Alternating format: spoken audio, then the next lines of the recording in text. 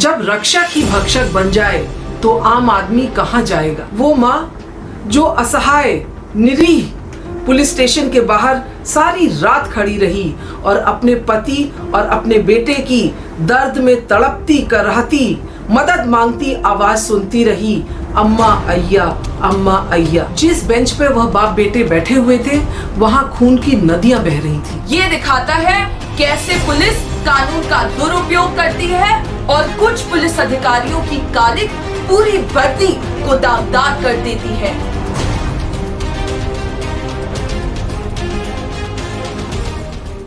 $63 years के P Jayraj की एक मोबाइल शॉप थी जो वो अपने 32 इयर्स के बेटे बेनिक्स के साथ चलाते थे।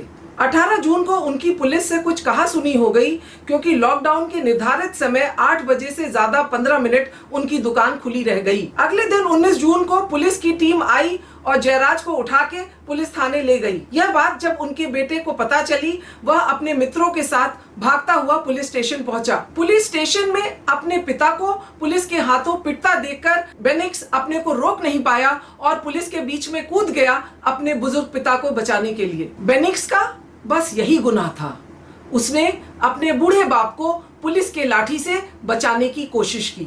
इस बात से पुलिस वाले नाराज हो गए कि कैसे एक आम आदमी हिम्मत कर सकता है उनके सामने आने की, उनसे नजर मिलाने की। पुलिस की टीम ने 19 की पूरी रात बाप बेटे की खूब पिटाई की। जयराज की पत्नी बेनिक्स के कुछ वकील दोस्त वहां पर पहुंचे लेकिन उनको थाने के अंदर आने नहीं दिया गया। उन्होंने और इलाके के कुछ रहने वाले लोगों ने कहा कि पूरी रात बाप बेटे की दर्द भरी आवाज गूंजती रही। நீங்க யோசித்து பாருங்க, ஒரு மனுஷனோட பின்பாகமே இல்லன்னா எவ்வளவு கொடுமை எங்களுக்கு அநீதி என்னால விவரிக்கவே முடியல। நான் எப்படிங்க விவரிக்க முடியும்? ஒரு பொண்ணு, ஒரு அக்கா, என்னால விவரிக்க முடியல। என் பேரண்ட்ஸ் எங்க அம்மாட்ட கூட। उस टॉर्चर टीम में 2 पुलिस सब इंस्पेक्टर, 2 कांस्टेबल के अलावा टोटल 13 पुलिसकर्मी थाने में मौजूद थे। पुलिस ने जयराज और बेनिक्स के एफआईआर में बढ़ा चढ़ाकर झूठी आईपीसी की धाराएं लगाई थी ताकि उनको बेल ना हो सके। 2 policemen walk up to Jayraj, they talk to him for 2 minutes and then they walk away. He then walks across the road to the police vehicle that has been standing there throughout. Then Benix walks out of the shop and crosses the road. Almost a minute later, Benix and Rajaram return to the shop. The police vehicle drives away with Jayraj. Within minutes, Benix gets on the bike behind his friend and rides to the police station. This entire scene is in direct contradiction to what the police have said in the FIR. अगर कोई भी lockdown का rule violet करता हुआ पकड़ा जाए उस पे धारा 188 आईपीसी लगाते हैं जिसमें ज्यादा से ज्यादा 6 महीने की सजा होती है। अभी सुप्रीम कोर्ट ने भी ऑर्डर दिया है कि कोविड-19 लॉकडाउन की वजह से अगर किसी कैदी की सजा 7 साल से कम है तो उनको बेल पे छोड़ा जाए। तो ऐसा गुनाह जहां ज्यादा से ज्यादा 6 महीने की सजा है वहां क्यों जयराज और बेनिक्स की एफआईआर में क्रिमिनल इंटिमिडेशन जैसे खतरनाक सेक्शन लगाए गए? उन्होंने ये इसलिए किया ताकि वो जयराज और बेनिक्स को अरेस्ट कर सके और उनकी पुलिस कस्टडी में पिटाई कर सके। ये एक सोची समझी साजिश थी जो हम कानूनी भाषा में प्रीमेडिटेटेड मर्डर कहते हैं। ये दिखाता है कैसे पुलिस कानून का दुरुपयोग करती है और कुछ पुलिस अधिकारियों की कालिक पूरी वर्दी को दागदार कर देती है। 20 जून को जब बेनिक्स और जयराज को उनके परिवार वाले और मित्रों ने देखा तो वो बुरी तरह जख्मी थे, खून से लथपथ थे। जिस बेंच पे वह बाप बेटे बैठे हुए थे वहां खून की नदियां बह रही थी। पुलिस वालों ने परिवार से गहरे रंग के कपड़े लाने को कहा ताकि उसमें खून छुप सके। परिवार वाले बताते हैं कि करीब 3 पैंट और 3 वेस्टी फादर और बेटे की बदली गई क्योंकि इतना खून बह रहा था कि वह बार बार गीली हो जा रही थी। थाने से बाप बेटे को अस्पताल ले जाया गया जहां पे डॉक्टर ने इतनी चोटों के बावजूद, इतने खून के बावजूद फिटनेस का सर्टिफिकेट दे दिया और उनको मैजिस्ट्रेट कोर्ट के सामने पेश किया गया। जिस डॉक्टर ने इतने घावों के बाद फिटनेस का सर्टिफिकेट दिया उसका नाम एफआईआर में क्यों नहीं है?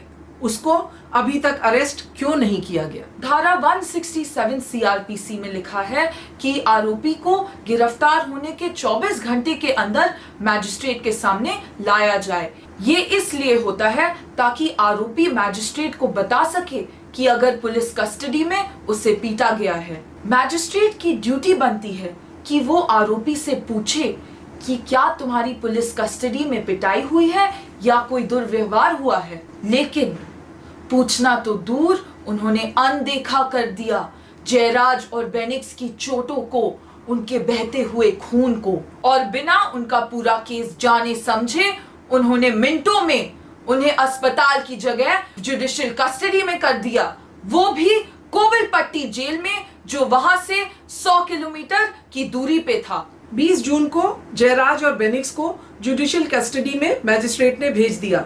2 दिन बाद मतलब 22 जून को उन्हें फिर सरकारी अस्पताल में एडमिट किया गया और उसी दिन शाम को पुत्र बेनिक्स की मृत्यु हो गई और 23 जून की सुबह पिता जयराज ने भी अपने जीवन की आखिरी सांसें ली। पुलिस इतनी मिली हुई थी इस केस में कि मृत्यु के बाद जो एफआईआर भी लिखी गई उसमें कोई भी मर्डर का चार्ज किसी पर नहीं लगाया गया। जब परिवार वालों ने डेड बॉडीज लेने से इनकार कर दिया और उस शहर के लोग धरने पे बैठ गए और सोशल मीडिया और मीडिया पे यह केस वायरल हो गया, तब जाकर कोई कार्रवाई की गई। 2 बेगुनाह लोगों की पुलिस बर्बरता की पिटाई से जान गई, लेकिन उन पुलिस वालों को सिर्फ सस्पेंड किया गया। यह मामला तब गरमाया जब मद्रास हाई कोर्ट की मदुरई बेंच ने सुओ मोटो इस कस्टोडियल किलिंग्स की कॉग्निजेंस ली और इस केस को सीबीसीआईडी को ट्रांसफर कर दिया। इसी के बाद सीबीसीआईडी ने दोनों एफआईआर में जहां संदिग्ध मौत लिखा था उसको बदलकर मर्डर 302 आईपीसी का चार्ज 6 पुलिस वालों के खिलाफ लगाया, जिनको अब अरेस्ट कर लिया गया है। हाईकोर्ट के कहने पे मैजिस्ट्रेट ने इंक्वायरी की, जिससे हमें ये पता चला है कि 19 जून को साथनकुलम पुलिस स्टेशन का सीसीटीवी फुटेज मिटा दिया गया है। हेड कांस्टेबल रेवती, जो इस केस में मेन आई विटनेस है, पहले अपना स्टेटमेंट देने से डर रही थी। उन्होंने अपने साक्ष्य यानी कि टेस्टिमनी में जज को बताया कि 19 जून की पूरी रात पुलिस ने जयराज और बेनिक्स की लाठियों से पिटाई करी। हेड कांस्टेबल रेवती ने जज से ये भी कहा कि खून से सनी टेबल और लाठियों को सबूत के तौर पर रख लिया जाए। इस वीर महिला पुलिस कांस्टेबल की सुरक्षा के लिए हाईकोर्ट ने उनके घर के बाहर 4 पुलिस कांस्टेबल का पहरा लगाया है, ताकि आरोपी उनको डरा धमका ना सके और उनको चोट ना पहुंचा सके। यह दिखाता है कि पुलिस की वर्दी में कैसे दरिंदे उस थाने में बैठे हुए थे। अभिनेता रजनीकांत ने भी ट्वीट किया कि पिता और पुत्र को पीट पीट कर उनकी नृशंस हत्या से मानवता शर्मसार हुई है और हत्यारों को किसी भी कीमत पर छोड़ा नहीं जाना चाहिए। जब रक्षक ही भक्षक बन जाए तो आम आदमी कहां जाएगा? यह सवाल बहुत बड़ा है जिसे आपको और हमें समझना पड़ेगा। आइए समझते हैं इसका कानून।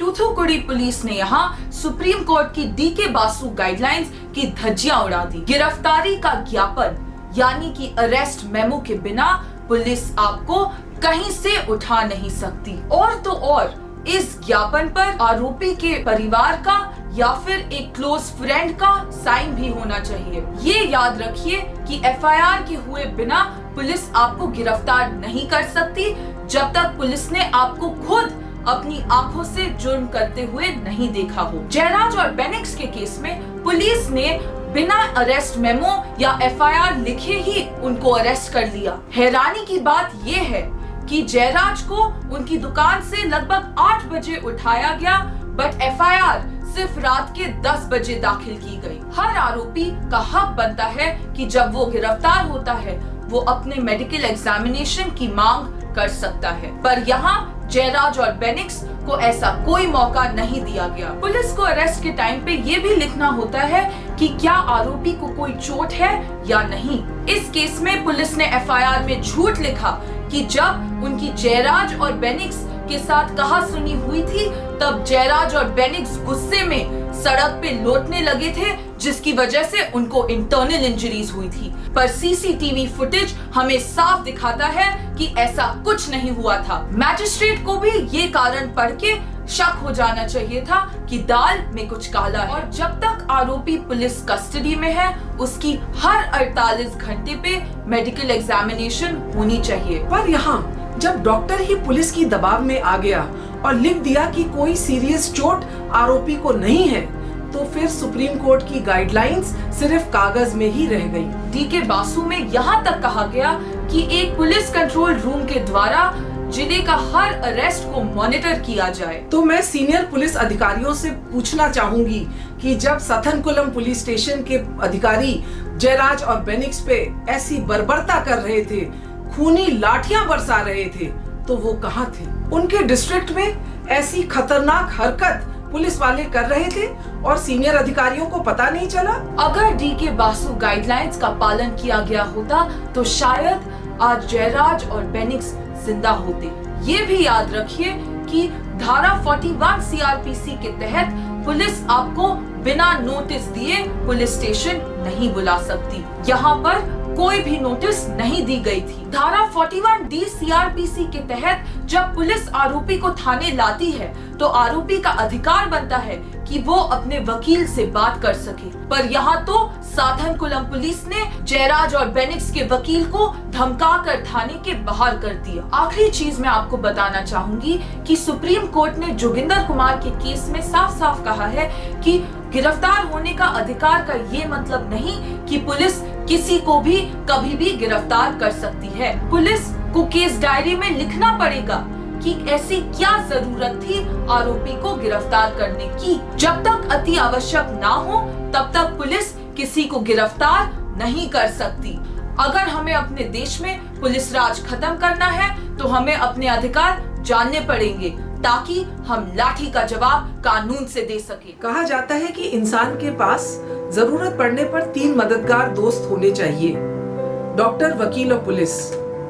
आप यहाँ विडंबना देखिए कि इस केस में डॉक्टर, पुलिस और मैजिस्ट्रेट की ही नाइंसाफी की वजह से 2 मासूम लोगों की जान गई। जयराज और बेनिक्स का कोई भी पास्ट क्रिमिनल रिकॉर्ड नहीं था। वो एक आम आदमी की तरह मेहनत से काम करते थे और अपने परिवार का पालन करते थे। नेशनल क्राइम रिकॉर्ड्स ब्यूरो के 2017 के आंकड़े बताते हैं कि 100 कस्टोडियल डेथ्स 2017 में हुई, जिसमें से 58 अरेस्ट हुए थे लेकिन कोर्ट के सामने प्रोड्यूस नहीं हुए थे और बाकी या तो पुलिस कस्टडी में थे या जुडिशियल कस्टडी में। इसमें से 62 केसेस कस्टोडियल डेथ्स के हैं, जिसमें 33 पुलिसमैन अरेस्ट किए गए, 27 को चार्जशीट किया गया, लेकिन आज वो एक्विट हो चुके हैं या डिस्चार्ज हो चुके हैं।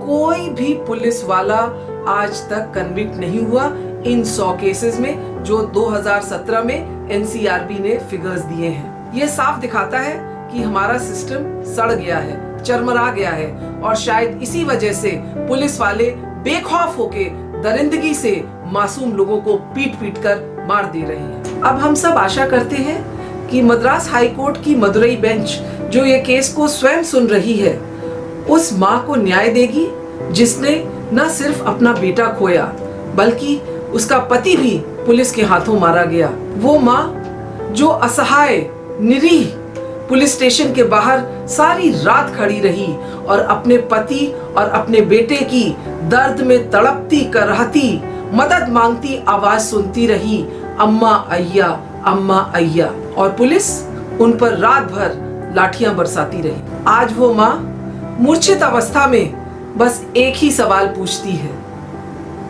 मुझे अब कौन देखेगा बुढ़ापे में।